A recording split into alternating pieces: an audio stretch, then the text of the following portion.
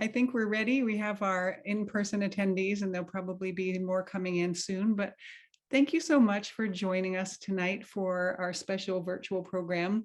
My name is Deb Carroll, and I am the person who handles all things communication and administration at the Golden Ball Tavern Museum in Weston, Massachusetts. If you're not familiar with our history, the Golden Ball Tavern was built in 1768 and was the home of Isaac Jones, a prominent Boston or British loyalist who later converted to the Patriot cause. And the tavern was the site of the Weston Tea Party in 1774. The house was occupied and carefully preserved for 200 years by the 6 generations of the Jones family, and was then acquired by the Golden Ball Tavern Trust and opened as a museum in 1964. So I would invite you to learn more about our museum if you don't know about us by visiting our website, which I did drop into the chat. And also if you're around locally, to come to one of our second Sunday open houses that we've just restarted, which is pretty exciting. Before we get started, I just want to let you know that all attendees' video and audio is muted. There is closed captioning if you'd like to have subtitles. If you click on the box on your bottom right corner where it says live transcript, you can choose closed captioning. You can choose actually subtitles. And feel free to use the chat feature to interact with each other, but we will not be monitoring it or answering anything in there. So preference not to use it. If you have questions that come up as our speaker is talking, you can put them in the Q&A and we will be getting to them at the end of the talk. So let us know what you would like to find out. We're recording this program. It will be made available to all registrants with a link by email, and we'll have it on our YouTube channel in the future. And if you wanted to donate to the museum, you can still do that by visiting our website and choosing Join and Give.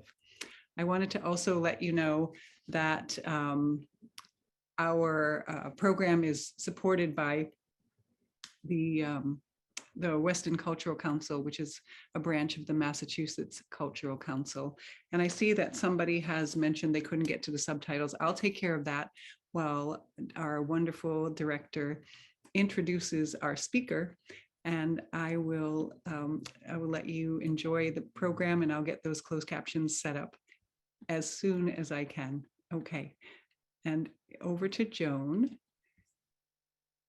And also I'll ask Joan to unmute herself. I just did. So I thank you very much, Deb. I want to welcome everybody. This is our 3rd virtual talk, our response to how to keep ourselves relevant in the face of COVID. And now an idea that we like because it enables people from all over to share in some of the talks that we've been offering, and there will be more of these. We are a very special museum, small museum with a big footprint. We were a tavern, and what many people don't realize is that that was essentially a community center as well as an eating place and a hotel, but it served had much more of a social presence, and a presence that actually was influential in helping to shape the coming of the American Revolution.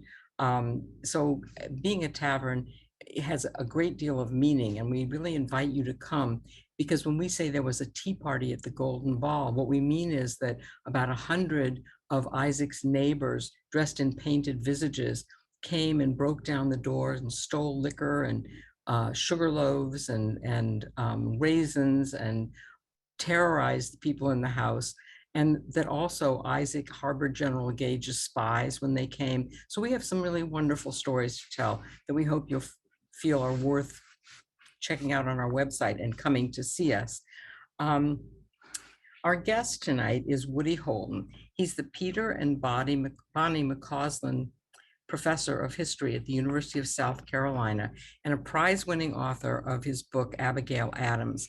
I can guarantee you that his classes are oversubscribed because Woody has the rare ability to confront the complexities of history straight on and organize them into highly readable and engrossing story. He integrally weaves these most often forgotten others in the Revolution, the Native American, the women, the Blacks, the slaves, and I will add the Loyalists into his story. But to give you a picture of what he accomplishes, I was searching for an image, and the best I could come up with is like being taken on a curated luxury drone ride to look down on those years leading up to, during, and after the revolution. And what made it so enjoyable was his ability to guide me, the reader, now above the combatants, the Native Americans and the British, and then over as this combat had consequences in Britain that later affected the colonies, and then sometimes take you right down so that you're sitting at the dining table with the colonial Whigs who are discussing what kind of government they want, arguing about what kind of government they want, and show you the various sides and positions that people were taking. So it's a impressive feat.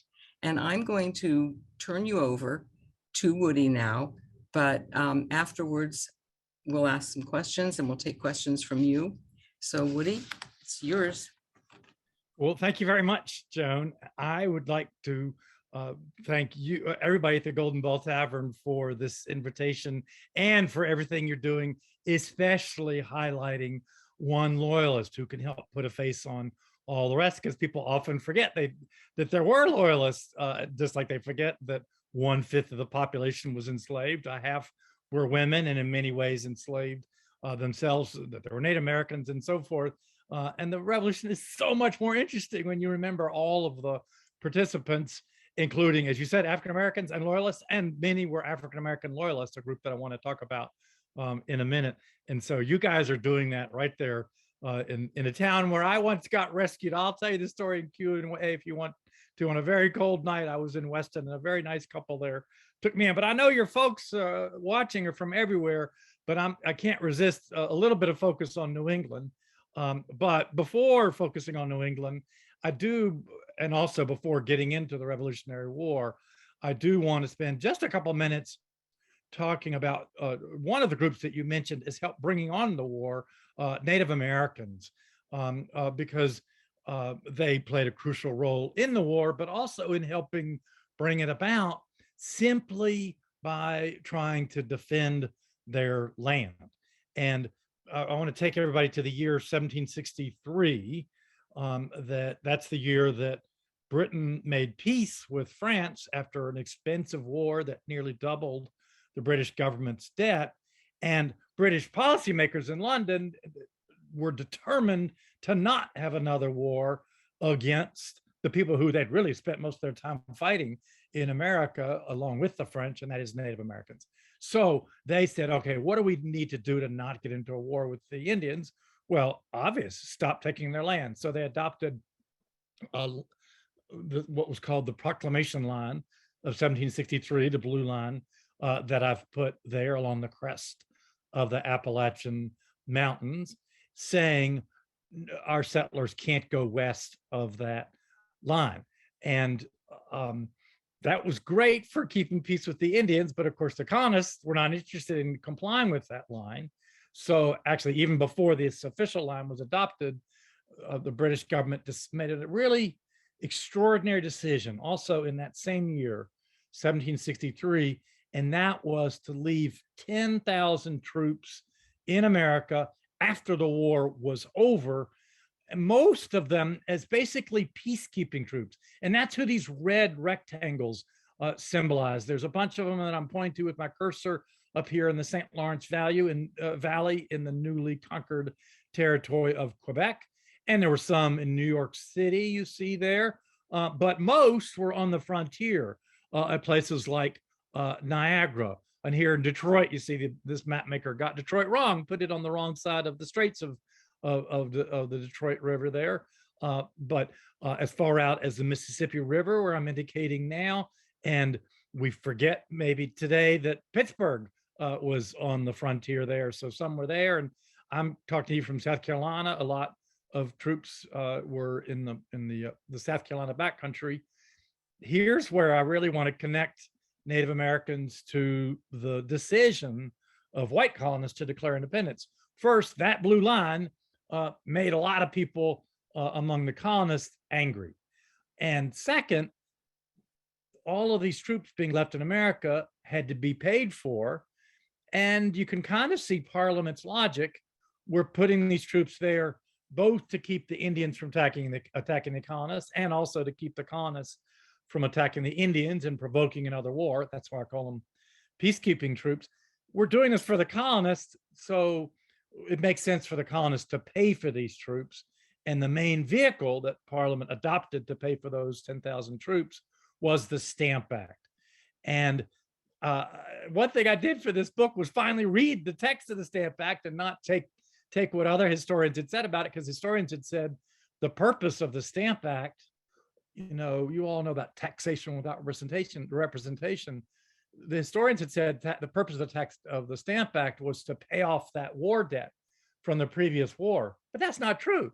If you read it, it says clearly that the purpose of the Stamp Act is to prevent, or at least postpone, the next war by putting these troops out on the frontier, keeping colonists and Native Americans apart, and so that there's not a war. And to pay for the troops, they adopted the Stamp Act. So I would go this far, Joan, and we can argue this out in Q&A, but had there been no Native Americans, Parliament would never have adopted the Stamp Act, which was the first of the big grievances. Now, people think of this as a male history, men wanting land and Native men trying to, leading war parties to attack villages, like we've all heard of Daniel Boone out in Kentucky. But it's very much a women's story as well.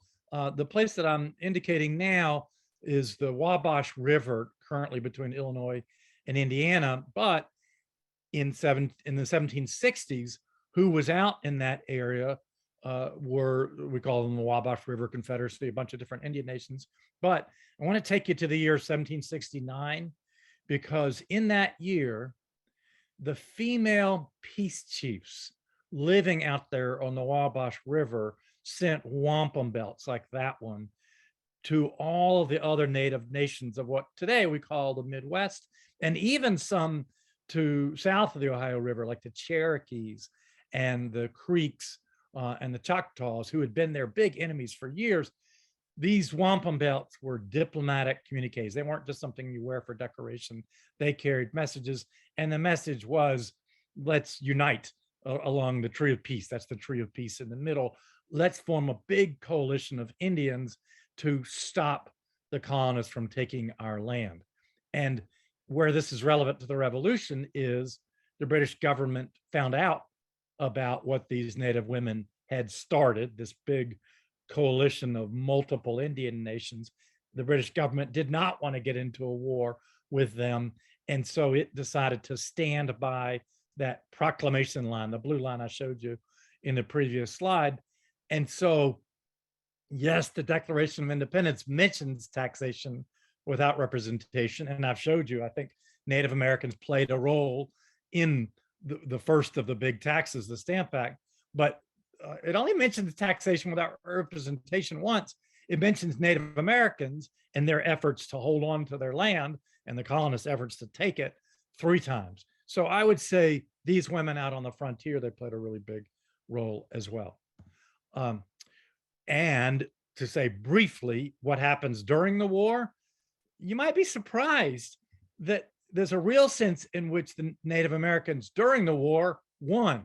This next blue star is out the actual location of Detroit, which was a British fort with a bunch of native towns around it. And it was the #1 objective of George Washington and other officers in his Continental Army. #1 objective in the Revolutionary War was to capture Fort Detroit, because that was the place where the British handed out arms and ammunition to Native warriors who spread out from there to attack as far as South Carolina in the south and as far as upstate New York in the north. And the Americans, I think, rightly figured, if we can capture Detroit, if we can disarm them. This is a big issue in Ukraine now. Are the weapons going to be able to get to the insurgents in Ukraine fighting against the Russians? If we can cut off the Indians' arms and ammo, then we can stop these attacks. And so various Continental officers formed about a dozen plans to capture Detroit and therefore pull the Indians out of the war. None of those American attacks got anywhere near Detroit because of those same indigenous warriors who fought to keep their land. So Native Americans helped bring on the war by fighting for their land. They essentially helped create two of the colonists' grievances against the crown. And then once the war got going, they did pretty well. Where they lost was at the bargaining table, because they weren't there in Paris in 1783 when Britain made peace with its former colonies and let them have their independence, and said you can have all the land out to this line, which is the Mississippi River. And the Native Americans said, well, we didn't sign that treaty. We're not giving up all our land. They would continue to fight for it, and Detroit would remain not in U.S. hands until the very end of the 18th century.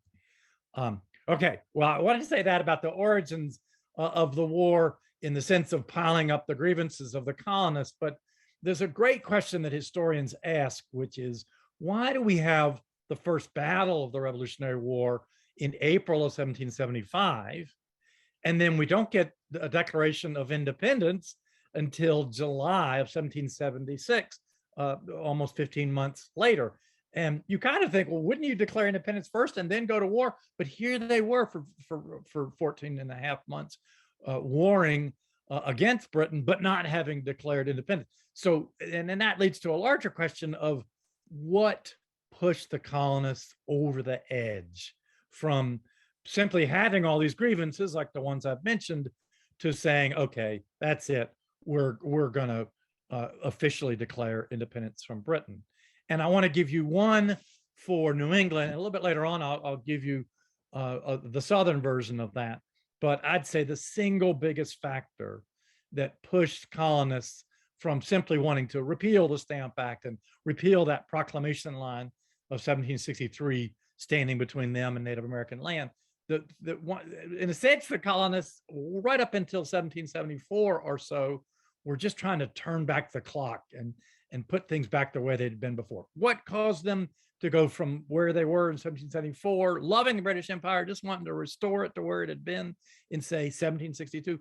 How do they get from that to independence? Well, I'd say the number one factor in the North was the Battle of Lexington and Concord, which we correctly list as the first battle of the Revolution, but it's also the final argument for independence.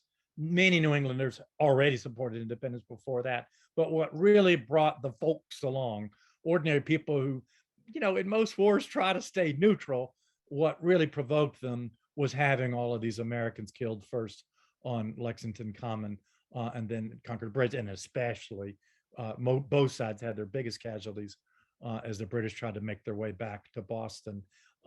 This is the idea that soldiers from your own country would shoot people down in the street. That really converted New England, and to a smaller extent, colonies south of New England, to the cause of independence. So it's worth focusing on Lexington and Concord, and I'll give you a very grainy picture of the Paul Revere on his ride yelling, "The British are coming." And of course, he didn't say that. This is a point I was just making. Why did he not say the British are coming? The British are coming? Because he was British. And so that would be like me saying the South Carolinians are coming. He didn't say that. I guess that rhymed better with something that I don't know why. It's not even in the Longfellow poem. But anyway, I'm going to talk about several myths about Paul Revere's ride in the Battle of Lexington and Concord. But first, let's set the scene. You helped me, Joan, at the end, but I don't think Weston quite makes. Oh, wait a minute. Is that it up there? No, that's Woburn. I don't think Weston quite makes this map, but somebody will correct me. Could this be Weston? My eyes are no good. I think that might be Western down there, but you guys remember, but particularly Joan and Deb will help me with that. But anyway, point is, here's Eastern Massachusetts. There's Boston on a peninsula. It's almost an island.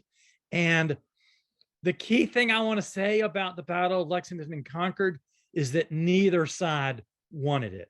Now, there were radicals on both sides who did want war, but the people in charge, Thomas Gage was the last commander-in-chief, who was just mentioned. He was headquartered in Boston. He didn't want to go to war against the colonists. He was getting pressure from the politicians back home. You know, we can see that all the way through to Vietnam or even more recent wars, where the politicians who don't actually have to do the fighting are saying, come on, we want to see some results. And the generals are on the ground saying it's harder than you think.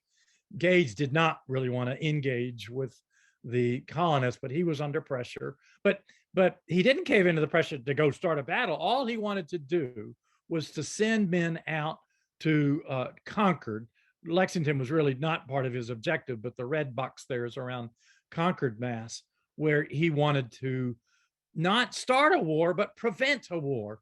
That is, by disarming the colonists, or, of course, should there be a war, he wanted them to have fewer arms. So the same issue that we'd see with Native Americans and colonists is, if I can disarm the enemy, then I can either prevent them from attacking or make sure my side wins. So that was his objective, not starting a war. And maybe I'm exaggerating, so I'll hear other people talk about this, but there's a sense in which the war started by accident. I'll get to that in a second. So you know, the whole one if by land, two if by sea thing, which is in Longfellow's poem, was sea is a slight exaggeration, because we're talking about the Charles River at Boston, wider then than it is now, but not very wide. I think sea rhymes with more things than river, so that's why Longfellow said sea. But the question was, would the colonists come out by land? No, as it turned out, they came by sea. And I'm joking about putting this like clipper ship there, because they were rowed across Charles River on boats. But here's the big thing I want to say about Paul Revere riding out ahead of those, having found out, because there were so many spies on both sides, Americans spying on Brits and Brits spying on, and as to say, British Americans, Loyalists spying on their fellow Americans for the British. Anyway, the reason I've got a bunch of horses here, and I'm still working on this animation, but I get them moving a little bit here, is we think of Paul Revere as a lone rider, kind of like the Lone Ranger. And Joan's already warned me she's going to ask me my favorite books on the Revolution. One of them is called Paul Revere's Ride by David Hackett Fisher. And it makes the great point that others had made too, but he did most eloquently, that Paul Revere was by no means a lone rider. He was one of a network of people. You know, people other than him hung the lantern at Old North Church in Boston, one if by land, two if by sea. He rode across before he then rode his horse by land out towards Lexington and Concord. And he didn't even make it to Concord. He was captured, later released, but captured by the Brits. And it was actually the guy who made it to Concord was named Prescott. He had him set up from Boston. He'd been courting his girlfriend in Lexington, and he was traveling with Revere. He was the one who made the trip. You've heard of Dawes, but here's my favorite part of the story of all of these writers, not just Paul Revere, who gave the warning. There were people in the colony of New Hampshire who knew the British were coming before they had marched 1 foot, because you had this network of writers getting the word out, and up to New Hampshire and to the south and so forth. Well, so let's go ahead and follow the British on their way. Before I do that, as I'm talking about this network, this team effort, it makes me think about, should we see the American Revolution as libertarian in the sense of every man for himself? Government shouldn't tell me what to do, or should we see it as a team effort? The main thing I want to say that it's both.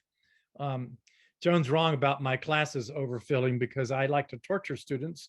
And one of the ways I like to torture them is by putting up this quotation and asking them to guess who said it. And on a good day for me, bad day for them, someone will say, "Oh, you belong to the government, you're public property." I'll bet you Stalin said that, or at least Marx or somebody like that. But The person who actually said that was not Stalin or any of those people, but Benjamin Rush, a Philadelphia physician and signer of the Declaration of Independence. And yes, the revolution was also libertarian, but like many things, it was contradictory things at once. It was a libertarian movement, but it was also a team effort. And I think that's worth remembering. And you can really see it with all these writers. We narrow them to one in Longfellow's poem and in other memories, mismemories, I would say, of the revolution. But the reality is it was a group effort. That's worth recognizing. So I promised you a second ago that I was going to make the case that the revolution started in part by accident. So here we are in the town of Lexington, a classic fork in the road where we could go take the right. If we're the British troops, see where Boston is, we're coming up from Boston. And there was no thought that they'd go up to the north, up to the town of Bedford, Massachusetts. They were supposed to go to Concord. But when they got to this fork in the road, they saw, represented by the modern statue here, the Lexington militia. Now, Lexington militia, led by John Parker, had orders, don't fire at them. You're sort of a party of observation, standing in silent witness. That's what Parker said to his men. And if the British troops coming up the road could have somehow read Colonel Parker's mind, there never would have been a battle of Lexington.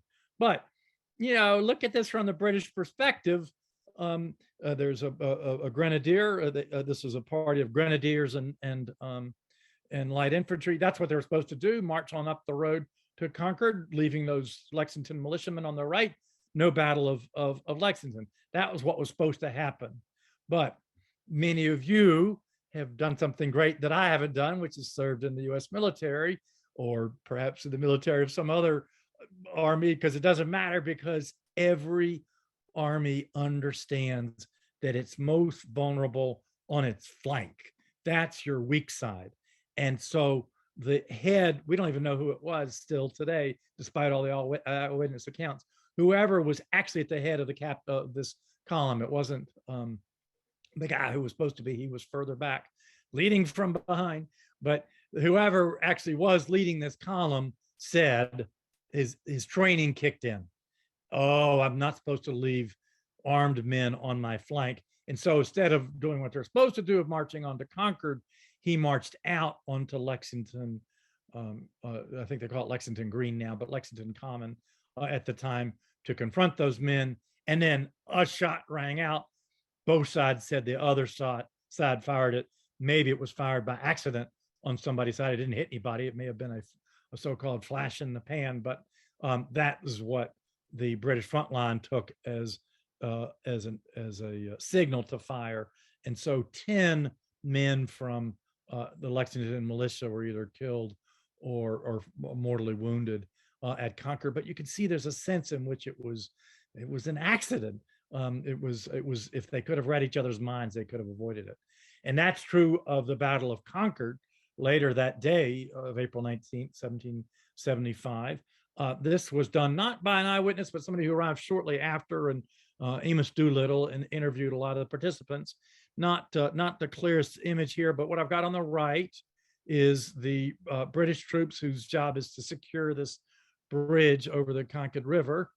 And on this side are the Americans. They had been up, the Americans had, before the battle, had been up on this hill, and sort of like Colonel Parker back at Lexington told his men, don't fire at them, just watch them, observe. James Barrett, who was the colonel at Concord, told his men, stay up here on Punkatasset Hill. We're outnumbered anyway, and we don't want to battle. They weren't sure what had happened in Lexington. We don't want to battle. And yet, if you can see where my cursor, I can't see where my cursor is, but if you can see where my cursor is up here on Punkatasset Hill, the American militiamen standing on that hill could look, it's basically towards where you and I are, a little bit to the right, a little bit to the right of where we are, or behind where these British troops are. That's the town center of Concord. Many of you have been there. And these guys up on the hill, they could just barely get some sense of what was going on in Concord until what made it apparently clear was smoke rising up through the trees. And so these people on top of the hill made a reasonable conjecture. Uh-oh, they're burning the town of Concord. What they were actually doing was putting out a fire. They'd been burning some military supplies. That's what they'd come there for, remember? They'd burned some military supplies and accidentally set fire to some buildings, and the British troops very kindly, unlike what we imagine British troops, were helping put out the fire. But again, my point, as at Lexington, was they couldn't read each other's minds. They didn't know what was going on. The guys on top of the hill thought they are burning the town down. Colonel Barrett continued to say, nope, nope, nope, I'm holding you back. But his adjutant, a man named Abner Hosmer, says in sort of that classic stage whisper, what, will you let them burn the town down? This is what I would call pressure from below.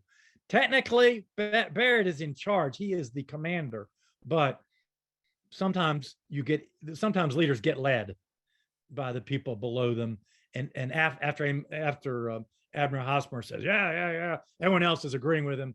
And so essentially his men forced him to lead them down to the confrontation at Concord Bridge. So at Lexington, as well as Concord, the commanders on both sides didn't want war, but they got it nonetheless. I am going to come back to that because I didn't mean for that to come up quite yet. Let me go back a second to say one more thing about Lexington and Concord.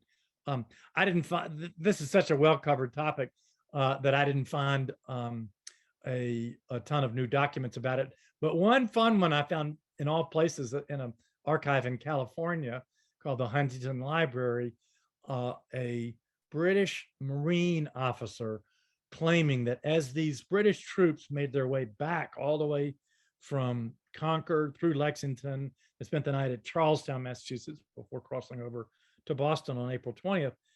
You probably all know that the Americans took pot shots at them, and then the British in turn were incredibly brutal to the Americans. You can see from the casualty list on the American side, very few injured people and lots of dead people, which was not what you expect in a battle. That's more what you expect in a massacre.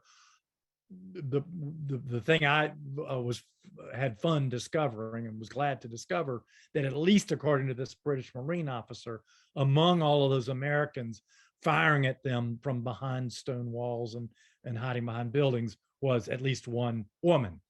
Whether that's true or not, we don't know.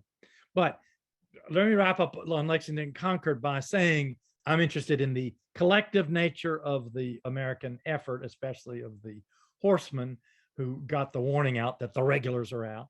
I'm interested in the almost accidental nature, or maybe a better way to put it is that the commanders really didn't want war, but they got it anyway.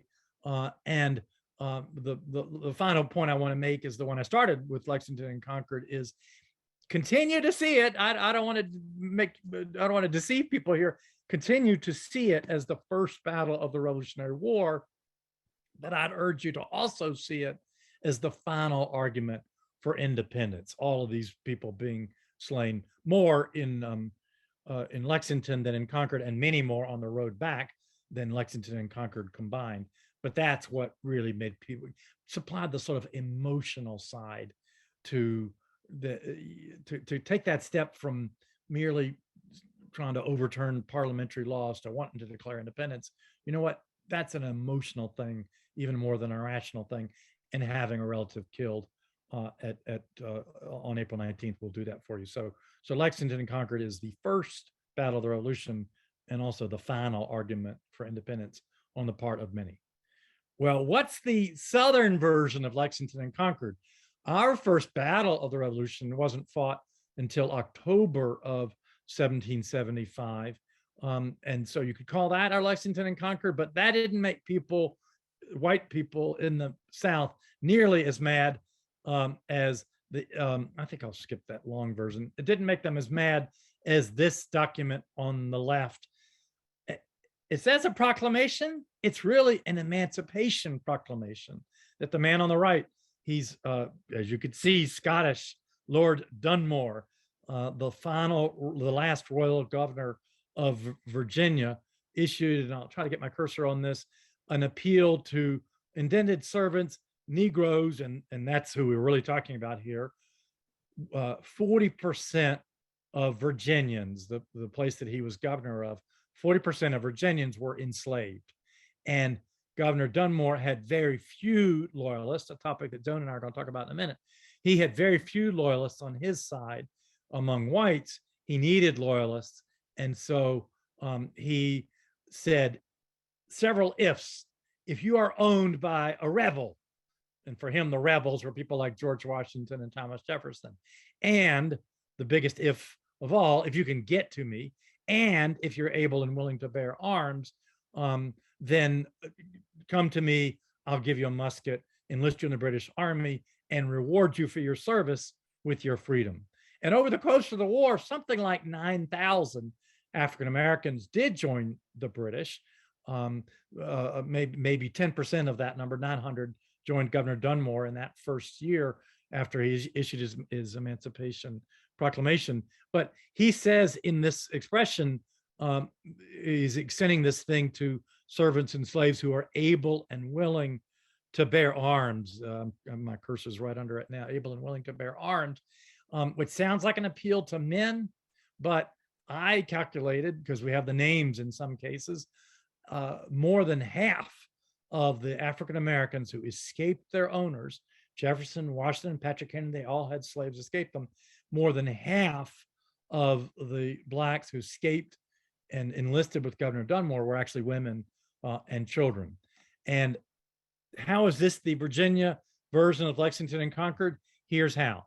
Here's the capstone grievance in the Declaration of Independence. You remember, it's 28 grievances, mostly beginning with he has done this, he has done that, referring to George III.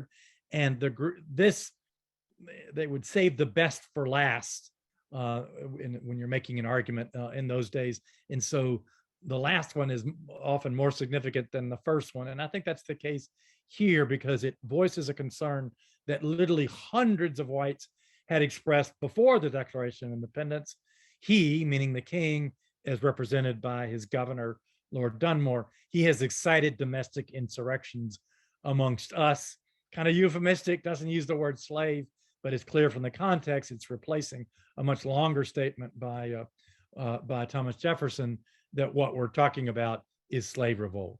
And look at this from the perspective, no one likes to put themselves in the shoes of a slaveholder, but if you look at this from the perspective of the slaveholder, Governor Dunmore, I'll go back to him, his main job, they say that expression, you had one job. Your one job was to protect white people from their slaves, who were, of course, not happy to be slaves, from the Native Americans, who are not happy to have their land taken from them, and so forth. And now Governor Dunmore is issuing the Emancipation Proclamation to enslaved people, and he's also working on an alliance with Native Americans to get them attacking the frontier. You can see why the white colonists were furious at him, and through him, the king. And that's why I call Governor Dunmore's Emancipation Proclamation the Virginia version of Lexington and Concord, because now there were many other factors, but I think this was the single biggest one. That's why I'm focusing on it. It's what provoked many of them to want to go ahead and declare independence.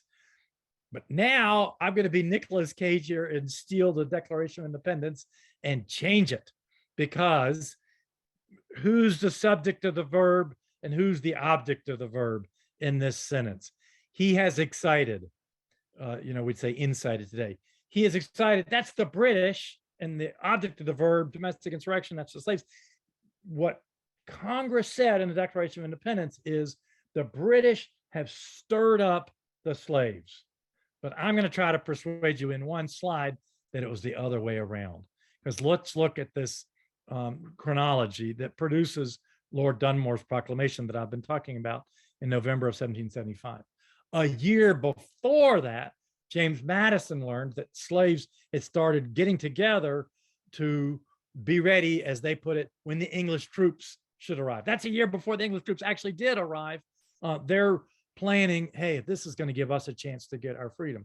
And I have to mention, since many of you are in Massachusetts, Abigail Adams, she reported something similar, slaves petitioning Governor Gage, hey, give us muskets, enlist us, and free us as our reward. That was even before Madison. That was back in September of 1774. but here goes the chronology. November 74, the slaves are appealing to Governor Dunmore. April, they do this wide-ranging slave conspiracy that's put down by whites.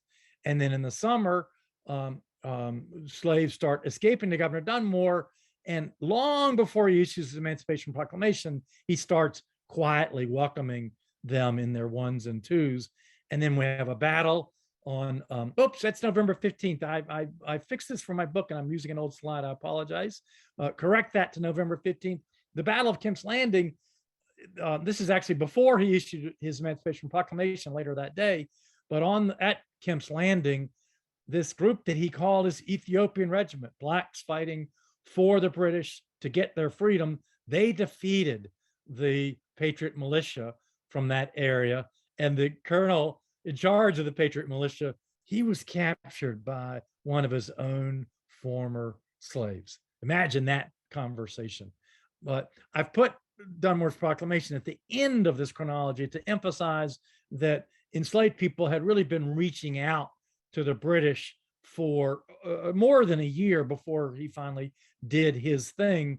But of course, he gets credit because he wrote the document and he was the top politician in Virginia. But we should understand that when Congress wrote, he excited domestic insurrection amongst us, we would be more accurate to say that enslaved Americans, they are the one, I missed an S, I apologize, and instigated this alliance with the British that then infuriates white Southerners and helps drive them into the revolution.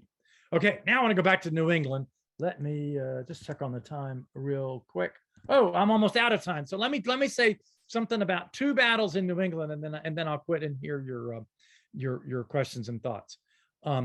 You know that Lexington Concord was April 19th, 1775. The second big battle of the Revolutionary War was also in eastern Massachusetts. Again, here's Boston. They've tried to make like red brick buildings. North of Boston is another peninsula, the Charlestown Peninsula, and that's where we get the Battle of Bunker Hill on June 17th, 75. And I'm going to say something provocative since we're so close to Q&A. Somebody in another talk asked me, what was the battle that really became the turning point that gave us the American Revolution? And a lot of people say, well, some people say Yorktown, it was never inevitable until then because, man, the Americans spent a lot of 1781 thinking they were going to lose. And then they had this great victory in October 1781. So some people say Yorktown. The most common thing people say is the Battle of Saratoga in 1777. The Americans captured this huge 7,000 man British army, and that brought the French into the war, and that makes it inevitable. So various battles have been proposed. One here in South Carolina in 1780 called the Battle of Kings Mountain had been proposed as the battle that really was the turning point and made it clear the British were going to lose the Revolutionary War. My candidate for the battle that made it clear the British were going to lose is this one, the Battle of Bunker Hill. That is, it's really the first major battle. Lexington Concord was a couple of skirmishes and then this weird running fight along the road. But in terms of traditional battles, the first major battle is Lexington and Concord. The British won the Battle of Bunker Hill and drove the Americans off this peninsula. But where did they go after they were driven off? They went to away from Breed's Hill, which is where the battle actually took place, and Bunker Hill, back to Winter Hill. And that's my point. The British won the Battle of Bunker Hill, got the land, and so by 18th century standards, they controlled the ground, they won, but they did all of that at the cost of 50% casualty. And where did the Americans go? Just to the next hill. And the Americans, I think, won the Battle of Bunker Hill by creating those 50% casualties and sending a message to the British. Sure, you can have any hill in America, but we're just going to drop back to the next hill. And who saw this better than anybody else was William Howe, the British commander, the hero of the Battle of Bunker Hill. He wrote a letter, I think 5 days after the Battle of Bunker Hill, saying he was extremely discouraged, saying, we are going to lose this war, we British, because we suffered 50% casualties getting this hill, then they just moved to the next hill, so we're going to have casualties like that again. So I'm wanting to try to provoke you guys by saying that we think of the Americans as the classic underdogs in their battle against the British. And people have one phrase that people use at the time, there's a wonderful book by this title called Almost a Miracle. It seems like a miracle that the Americans won, but there's a sense that given their determination, given that the British were a long way from home, given that the British had to be on offense, and just as an army is very vulnerable on the side, on its sides, it's not vulnerable when it's behind a dirt wall like this, defending itself, and it can inflict 50% casualties before it pulls back to the next battle, back to the next hill. And so there's a great line from Lin-Manuel Miranda's Hamilton where he refers to the Continental Army as a ragtag army in need of a shower. But if I ever meet Lin-Manuel Miranda, I'm going to say, but don't you get it? That was their secret. They're in need of a shower because they're dirty, because the real weapon that won the Revolutionary War for the Americans was not the musket or the rifle, it was the shovel. And they really proved that in New England. Ironically, and here I'll stop, the one person who didn't get that was the man who took over that New England army on July 3rd, 1775, my fellow Virginian. I was born in Virginia, and my fellow Virginian, George Washington, took over on July 3rd, 1775, saying, we got to attack Boston. We got to attack Boston. And his generals spent the next almost year persuading him not to do that. And I think we can all thank God, even Washington, when the British left without being driven out, without a battle, I should say. They were intimidated into leaving by the troops on Dorchester Heights, put there on the night of March 4th and 5th, 1776. My point is, Washington really wanted to attack Boston, but then when the day after Evacuation Day, March 18th or 19th, when he finally got to tour the town of Boston, he'd already had smallpox, so he could be among the first to go into town. There was a smallpox scare, and he said the town was almost impregnable, every avenue fortified. That is, the British were ready for house-to-house fighting. And so his men would first have had to cross the water, where the British troops would be firing these, what you could consider giant shotguns, that is, firing from a cannon case shot at them that you could kill 30 men with one shot. They'd first have to endure that, and then they have to go up the muddy beach where the thing seems like almost quicksand sucking you under all the time you're getting shot at, and then house to house fighting. Washington said it himself, the town was almost impregnable. And so he ended up very glad that he'd listened to his subordinates who had said, don't invade Boston, don't try to be a hero, let them defeat themselves. Okay, let me stop slides. And Joan, I think you and I want to talk a little bit about Loyalists. Oh, yes, but wait, I have to tell you something you may not know, and that is that the Golden Ball Tavern Museum actually played a role in Gage's decision to march to Concord rather than to Worcester, because he wanted the military stores from both places. He wanted to capture them, as you said. What were you going to say? You know what, Joan, let me put my Mac back up for a second, or I'm going to get the Zoom, I better not get the zoomed in version, because I want to confirm, I think I do see Western. I'm sorry. You do. You see Western, it's right under Watertown. It's right under Watertown. It's due west of Dorchester Heights. Is that it right there where do you see where my cursor is? I don't see the thing, but if you look where it says Watertown. Yeah, I can see that. That says Weston. Right. So that's interesting. So part of his purpose was to go to Weston as well as Concord. I did not know. Hang on, because he sent General Gage's spies out dressed as farmers, and they had a terrible time going through Watertown, and they chanced on Isaac's Tavern, the Golden Ball Tavern, and when they got settled, he offered them tea or coffee, And they said in their diary, which they left at the Golden Ball, we actually have a copy of that diary, then we knew with whom we were. And he was able to guide them out toward Worcester to stay in safe houses. But then later when they went to Concord, they had a much easier time of it and it was much more friendly. And so that's the reason Gage decided to send his men to Concord as opposed to sending them to Worcester. So the Golden Ball Tavern had a hand in where the revolution That's very cool. Hey, Joan, when we finish, will you send me the citation about that? There's probably a published version of that diary. I have not seen it.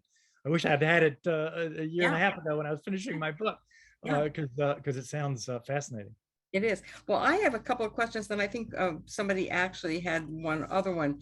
Why the title? I love the title. It's engaging. I'm glad you asked that. So the title is "Liberty is Sweet," and I'm playing all kinds of tricks. I'm gonna put my slideshow back up on it in a second. I wanted to make this sort of as literary as I could, and for me that involved doing a little bit of trickery here. And I'll just give you two examples of that trickery. It's not just to be a jerk, but to convey a larger point. You see the post-colon, as we call it, part of the title is the hidden history of the American Revolution. And I didn't use the iceberg analogy, but in retrospect, I wish I had. That is what we see of the American Revolution: the signing of the Declaration of Independence, the Battle of Lexington Concord, or the Battle of Yorktown. Of course, those things are crucially important, but we're only seeing the 10% that's above the surface. There's this other 90%. So that leads to the title too, because Liberty is Sweet is supposed to make you think, oh, that's something that Patrick Henry would say, or I could see Sam Adams haranguing the Boston town meeting and saying, let us not forget that liberty is sweet. And they did say words to that effect, but they didn't say that. This quote, "Liberty is sweet," comes from a man named Lund Washington, a cousin of George Washington, who was running George Washington's plantation, as we used to call it, Mount Vernon. They like to say estate down there now, but more and more historians of slavery are referring to places like Mount Vernon and Monticello, Jefferson's home, as slave labor camps, because that's what they were for the majority of the people who lived there.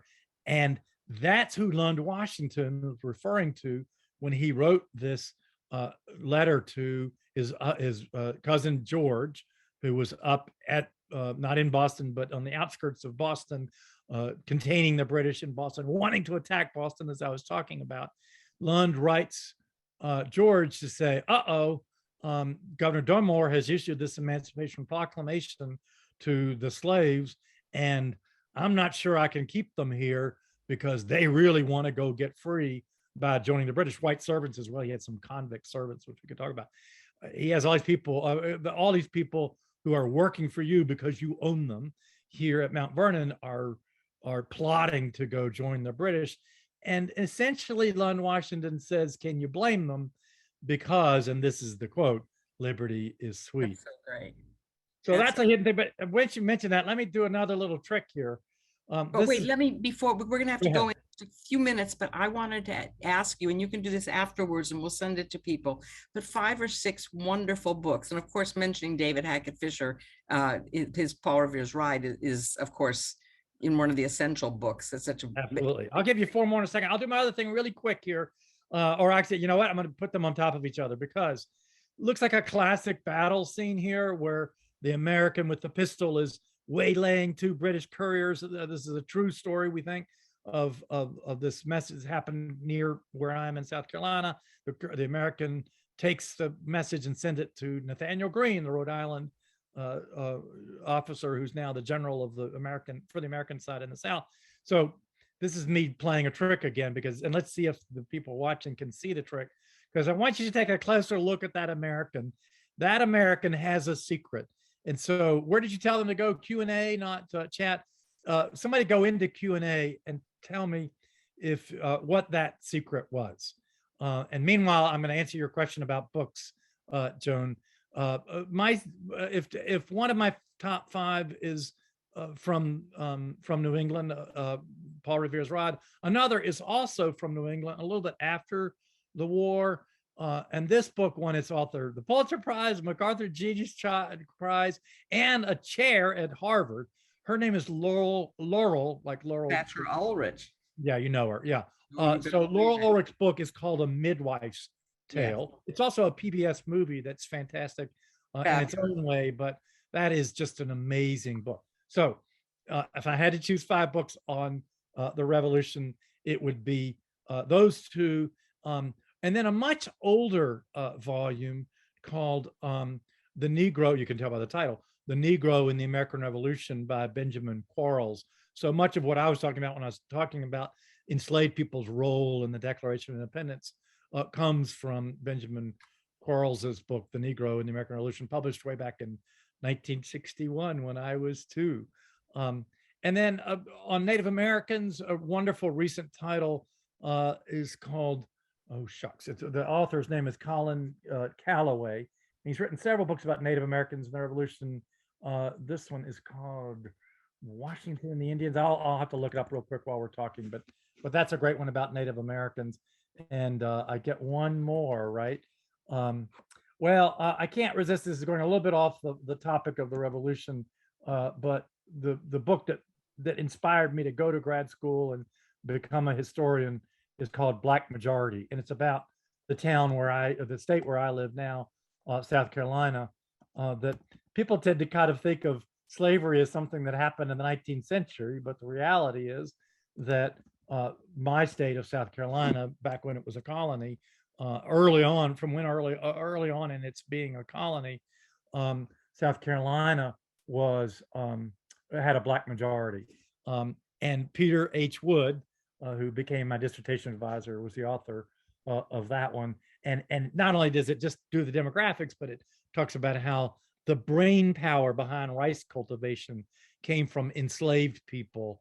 They would even say when they had a new shipment of slaves come in from Africa, oh, you want to come buy some of these because they're accustomed to the cultivation of rice. That's a quote from one of the runaway slave, from one of the ads announcing these slaves for sale. And so that Colin Calloway title that wasn't getting into my old brain is The Indian World of George Washington. And I thought it was a great way to present Native Americans to ordinary readers because it puts them in the context of George Washington. This is so great. I hope all of you who are listening recognize, well, we historians sometimes say, when does the past become history? It happens when really good minds look at the past and make interesting observations and connections and confront the complexity. Thank you so much for this, Woody Holton. This was terrific. Well, I've really enjoyed it. So thank you very much.